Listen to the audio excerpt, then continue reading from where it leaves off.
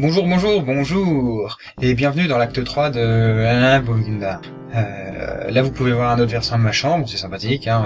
Là, derrière moi, il y a mes plantes, j'aime bien les plantes. Donc là, je tourne cette vidéo et on est fin janvier. Si vous avez vu l'acte 2 avant de voir cet acte-là, vous savez que j'ai suivi une formation pour être entrepreneur, hein, créateur d'entreprise. Donc j'avais comme projet de vendre mes dessins sur la voie publique. Mais que j'avais des doutes quant au fait que je puisse y arriver, quoi. Eh bien, ça y est, voilà, maintenant c'est bon. J'y ai beaucoup réfléchi et je suis heureux de vous apprendre que mon problème est résolu. Eh bien, alors comment j'ai fait? Eh bien, c'est très simple. Je laisse tomber. Attendez, je crois que ma corde est prête. Non, plus sérieusement, c'est vrai que pour vous, c'est un petit peu compliqué à suivre, puisque j'annonce dans la vidéo précédente que ça y est, bon, j'ai un projet, c'est superbe, et cette vidéo-là, j'ai plus de projet. Bon, bah, c'est un peu bizarre. Le problème de vendre des dessins dans la rue, qui sont d'ailleurs même pas vraiment des dessins, puisque c'est plutôt des reproductions que je fais imprimer comme ça, et puis, tiens, t'en veux, t'attrape. Le problème, c'est que c'est quand même assez ingrat comme façon de faire, puisque bon, bah, je suis exposé à la force des éléments, quoi, le vent, le feu, l'eau, la mer, la terre, enfin bon, quand il fait chaud, quand il fait plus froid, bon, c'est pas trop mon truc, quoi, je préfère être plutôt pépère devant mon ordinateur, quoi.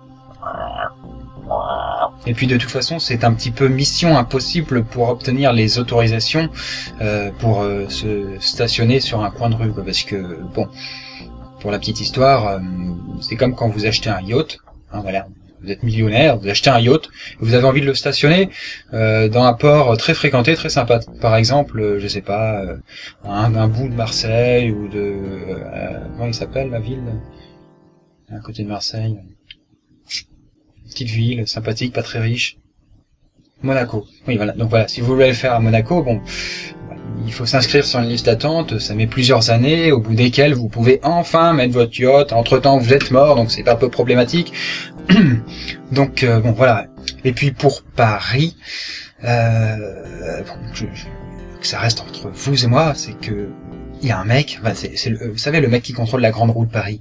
Eh bien, il semblerait que il contrôle en même temps toute la chaussée de l'avenue des Champs-Élysées et qu'il fasse pression sur les élus locaux pour les empêcher de délivrer des autorisations. En quelque sorte, il étouffe la concurrence, quoi. Après, il me reste bien sûr la possibilité de vendre mes dessins par Internet. J'y avais pensé. Par exemple, vous vous baladez sur mon site et vous dites Celui-là il est pas mal, je vais le prendre. Et puis bon, vous le commandez, vous l'achetez. Moi, je vous l'envoie par la poste et vous le recevez chez vous.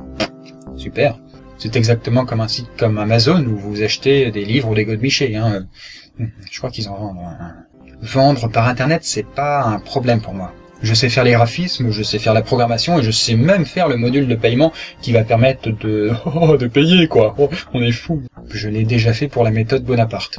Le problème dans tout ça, c'est la visibilité du site. Ce que je crains et ce qui risque d'arriver si je fais ce site, c'est qu'il n'y ait que 2-3 ploucs qui achètent mes dessins tous les 10 du mois.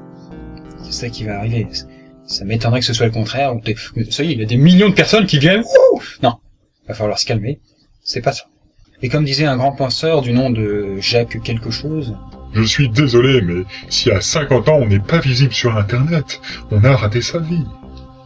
Par exemple, si vous tapez sur Google le terme exact gestion de classe, en principe vous êtes un prof qui se fait passablement bouffer la gueule par ses élèves et qui a envie de recevoir quelques conseils pour pouvoir mieux gérer ses classes, quoi. Cette expression est tapée environ 1000 fois par mois dans le monde entier. C'est-à-dire que tous les mois, il y a 1000 mecs ou nanas qui tapent dans leur barre de recherche gestion de classe. Et là, ils tombent sur tout un tas de sites aux conseils plus ou moins avisés. Eh bien, le site de la méthode Bonaparte, qui est, excusez-moi du peu, quand même, le site de gestion de classe par excellence, eh bien, quand vous le tapez, sur Google, il n'y est pas. Il apparaît même pas dans les 10 premières pages de résultats. C'est agréable. Bon, t'en fais pas, je vais pas chialer. De toute façon, je sais que tôt ou tard, mon site finira par devenir numéro 1. Comment j'y pense? C'est grâce au référencement naturel. Le référencement naturel. En fait, derrière ce mot barbare se cache tout un tas de techniques qui permettent de rendre son site mieux visible sur les moteurs de recherche comme Google, quoi. Oui, bon, bref. Vous vous souvenez que dans l'acte 1, ça remonte à un petit moment déjà. Pourquoi je fais ça, moi vous vous souvenez, dans l'acte 1, j'avais dit que il me semble que je l'avais dit que je voulais devenir riche, célèbre, populaire, mon cul sur la commode. C'est pas des blagues. C'est pas une blague. J'ai des tas de projets qui tourbillonnent dans ma tête et dont j'ai déjà accouché plusieurs centaines de pages sur ordi. Ils sont tous ambitieux à leur niveau, sans exception, mais certains me demandent vraiment beaucoup d'argent pour pouvoir être concrétisés. En contrepartie, ils peuvent toucher le monde entier. Ça, c'est bien. Mais je préfère pas trop vous en parler pour l'instant, puisque on verra ça dans les prochains actes. Donc à l'heure actuelle, j'occupe mes journées entre plusieurs choses, notamment mon nouveau projet top secret dont je vous parlerai prochainement, et qui est très sympa, très cool. Un indice non, pas d'indice. Et la recherche d'un emploi dans le secteur de l'aide aux personnes. Parce qu'il faut quand même bien que je gagne de l'argent, les enfants, vous comprenez. L'argent, c'est le nerf de la guerre, après l'intelligence et la créativité. À bientôt pour l'acte 4 de l'épopée de Kundar, je compte sur vous.